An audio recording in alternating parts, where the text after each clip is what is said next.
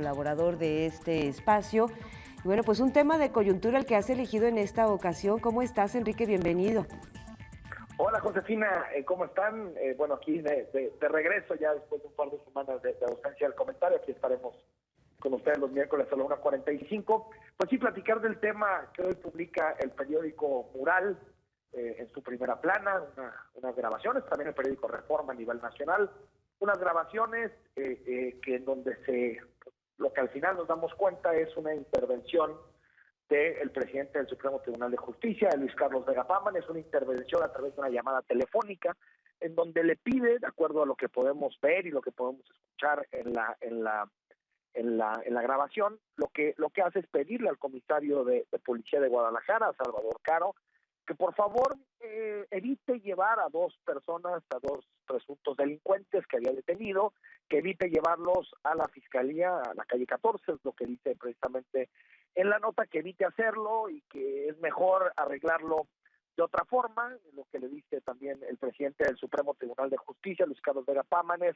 es que estas personas al parecer están vinculadas con un tal patrón, que todavía no sabemos exactamente quién es, y que por lo tanto están también relacionados con un grupo de empresarios, y que si se puede hacer algo para evitar que vayan a la calle 14, pues mejor. Al parecer, por lo que vemos en la conversación, el comisario de Guadalajara lo que dice es: no puedo hacerlo porque tienen ciertos delitos, los tenemos que remitir, no podemos soltarlos. Y lo que él dice: bueno, yo entonces esta petición la hago en otro lugar y por lo tanto en otro espacio. De lo que podemos deducir es que se iba a dirigir más bien con las autoridades de la Fiscalía o con autoridades de otro nivel de gobierno. Esto nos deja, y por supuesto, Josefina, con todas las salvedades de una grabación, y por supuesto esperando a que Luis Carlos Vega Pámane hable de este tema y por lo tanto se defienda y diga por qué hizo esta intervención, en qué estaba pensando, si asume o si le da validez a estas grabaciones. Siempre hay que tener esa reserva, porque al final una grabación, tú lo sabes, la difusión de grabaciones es una cuestión ilegal, y por lo tanto siempre hay que tener ciertos problemas. Pero en términos periodísticos, todos sabemos que si tiene algún interés público, que creo que tiene todo el sentido empezarlo a discutir. Por lo tanto, admitiendo o asumiendo que estas grabaciones sean veraces y por lo tanto sean grabaciones sobre las cuales podemos comentar, uno creo que nos habla de el nivel de descomposición institucional en el que estamos. Yo me imagino, o es difícil imaginarse más descomposición que una cabeza, el presidente del Supremo Tribunal de Justicia, interviniendo para que dos delincuentes salgan. Es decir, la cúpula de quienes se encargan de administrar la justicia, quienes se encargan de definir si alguien es culpable o inocente, está pidiendo que la policía no cumpla con su labor, no cumpla con su chamba, y por lo tanto cierre los ojos y deje a dos presuntos delincuentes, porque son delincuentes hasta que se juzgan, presuntos delincuentes, los saquen y por lo tanto no enfrenten los juicios que deben de enfrentar. En este caso, Josefina, por portación de armas. Eso por un lado. Por otro lado, pues sí, yo creo que un asunto que no le hemos puesto la gravedad, no hemos hecho el análisis profundo de lo que significa, es la podredumbre que tenemos de poder judicial, ¿no? En nuestro estado. Siempre nos la pasamos hablando pues del Congreso, de si en el Congreso se pasan, si en el Congreso eligen posiciones a través de cuotas, si gastan mal el dinero de los contribuyentes, o si el Ejecutivo no es lo suficientemente transparente. Pero muy pocas veces nos metemos a examinar con lupa, con profundidad, lo que significa o la tragedia que es para Jalisco tener un poder judicial como lo tenemos.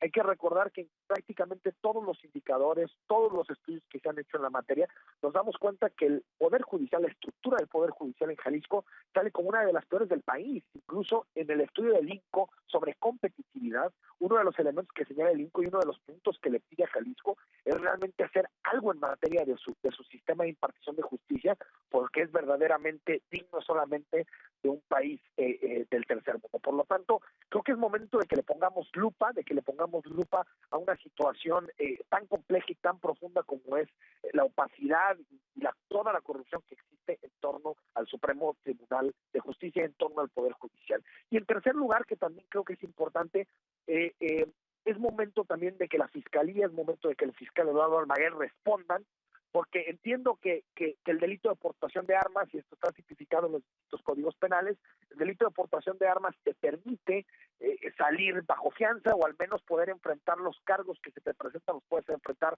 fuera de prisión. Es decir, que por ese lado entiendo, podría entender que hayan soltado en la fiscalía a estos delincuentes.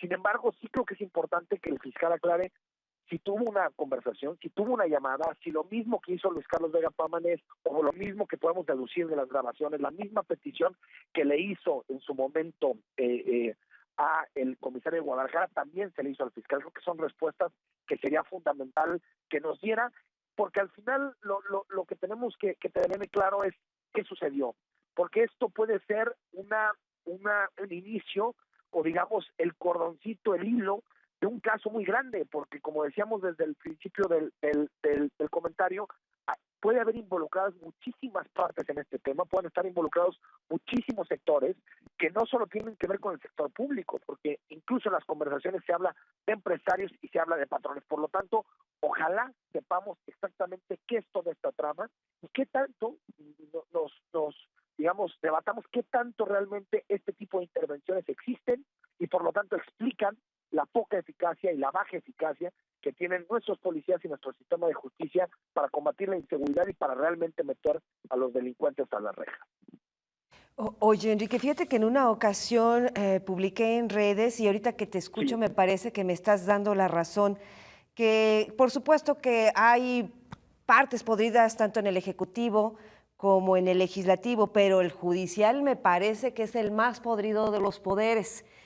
Y aquí me gustaría poner también un punto importante, si es que este personaje, el señor Vega Pámanes, está actuando solo o si hay alguien más atrás de él. ¿A qué me refiero?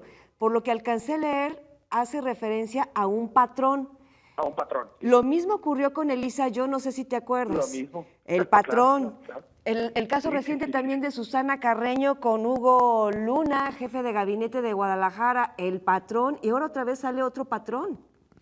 Sí, claro, en el caso del patrón de Susana Carreño, al parecer sí se refería a Sergio Schmidt. En un momento, o se supo, digamos, que lo que ella se refería era precisamente al caso de Sergio Schmidt.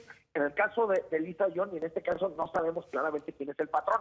Pero fíjate, en el caso de Elisa Young, nunca nos enteramos del patrón. En realidad, lo que sucedió es que tuvimos todo este teatro y toda esta puesta en escena en el Congreso, donde desaforaron a Elisa Young, pero en realidad la investigación penal y la investigación, digamos, seria, jurídica, judicial, no se hizo. O si se hizo, digamos que quedaron todos absueltos porque nunca supimos realmente qué había sucedido y quién había estado detrás de todo este sistema de corrupción en torno a los panteones de Guadalajara. Ojalá en este caso realmente la Fiscalía, la PGR, porque entiendo que al ser portación de armas, a quien le toca investigar y a quien le toca meterse seriamente en este tema es a la PGR. Esperemos que realmente la PGR se meta a fondo, que delinee las distintas responsabilidades, y estoy totalmente de acuerdo contigo, Josefina, el poder más corrupto de Jalisco es el Poder Judicial, me queda clarísimo bajo casi cualquier tipo de argumentación. Vayámonos a cualquier tipo de indicador y nos vamos a dar cuenta que es el más corrupto, es imposible obtener información,